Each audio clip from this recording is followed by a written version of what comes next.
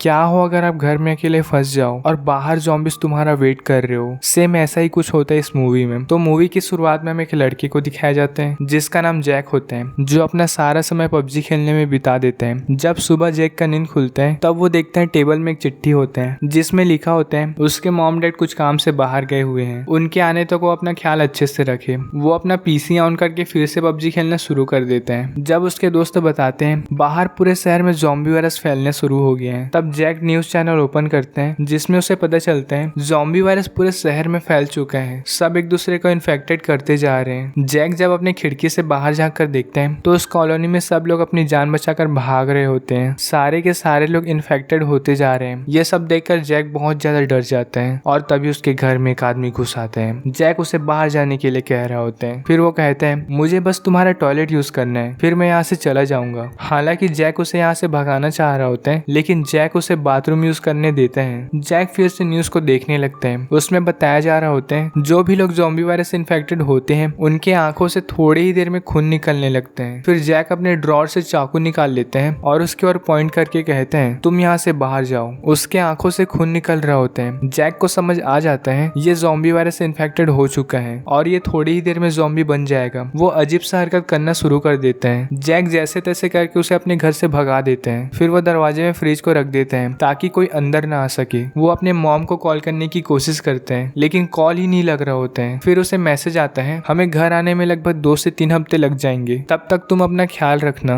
उसके पास मुश्किल से 1 हफ्ते तक का ही खाना बचा होता है। उस रात वो बिना खाए ही सो जाते हैं। अगले दिन वो देखते हैं जो लोग घर में फंसे हुए होते हैं वे सब अपना फोटो खींचकर इंस्टा में पोस्ट कर रहे होते हैं ताकि कोई बचाने आ सके। जैक भी अपना फोटो खींचते हैं और इंस्टा में पोस्ट कर देते हैं। फिर वो अपने मोबाइल को ड्रोन में फिट करते हैं और उसे हवा में उड़ाते हैं ताकि नेटवर्क मोबाइल में पहुंच सके। तभी बैटरी कम हो जाता है। वो फिर से गेम खेलना शुरू कर देते हैं और तभी उसका इंटरनेट भी चला जाता है। जैक सोया हुआ होता है तभी उसे कुछ आवाज आता है। वो देखता है एक पुलिस वाली होती है जिसके ऊपर ज़ॉम्बी हमला कर देते हैं। वे ज़ॉम्बीज उसे खींचकर अपने इलाके में ले जाते हैं और मजे से काटने लगते हैं। इधर जैक के घर एक ज़ॉम्बी दरवाजा खटखटाता है। जैक उस फ्रिज से ज़ॉम्बी को रोकने की कोशिश करते हैं लेकिन ज़ॉम्बी के पास हल्क जितना पावर रहता है। तभी जैक दिमाग लगाता है और उस बालकनी में लटक जाता है। वो ज़ॉम्बीज बालकनी से गिर जाते हैं। अब जैक फिर से दरवाजे को अच्छे से बंद करते हैं। उसके खाने पीने का सामान भी वेस्ट हो चुका रहता है। जैक फिर से कैमरा ऑन करके वीडियो रिकॉर्ड करते हैं और बताता है मैं यहाँ पर अकेले घर में फंसा हुआ हूँ, मेरे पास खाने पीने का सामान भी खत्म हो चुका है। रेस्क्यू टीम के आने तक मुझे किसी तरीके से जिंदा रहना है। अब हमें 7वें दिन को दिखाया जाता है। वो अपने डैड के दारू को निकाल कर पीने लगते हैं क्योंकि उसके पास खाने का सामान पूरा खत्म हो चुका रहता है और नल में पानी आना भी बंद हो जाता है। अब समय बीतता जाता है। उसे इल्यूजन्स आने लगते हैं जिसमें वो अपने मॉम डैड को देखते हैं। वो बहुत परेशान और उदास हो जाते हैं। फिर वो अपने मॉम के पास कॉल करते हैं। नेटवर्क सही ना होने के कारण जैक बालकनी में लटक जाते हैं। उसे अपने फैमिली वाले के चिल्लाने की आवाज आ रहा होते हैं। उसे समझ आ जाता है कि अब उसके फैमिली वाले नहीं रहे। जैक बहुत गुस्सा हो जाता है और फिर अपने घर से बाहर निकलकर एक ज़ॉम्बी को मार डालते हैं। एक ज़ॉम्बी को मारने के बाद वो अपने आप को पावरफुल समझने लगा था। तब वो देखते हैं सारे ज़ॉम्बीज उसे मारने के लिए आ रहे होते हैं। जैक अपना जान बचाकर भागने लगते हैं और बैग के पीछे जाकर छिप जाता है। वो फिर से अपने घर में चले जाते हैं। अब हमें 20वें दिन को दिखाया जाते हैं। ये डरपोक साला खुद को फांसी लगाना चाह रहा होता है। तभी सामने वाले बिल्डिंग से एक लेजर लाइट आता है जो उसे फांसी में लटकने से मना कर रहा होता है।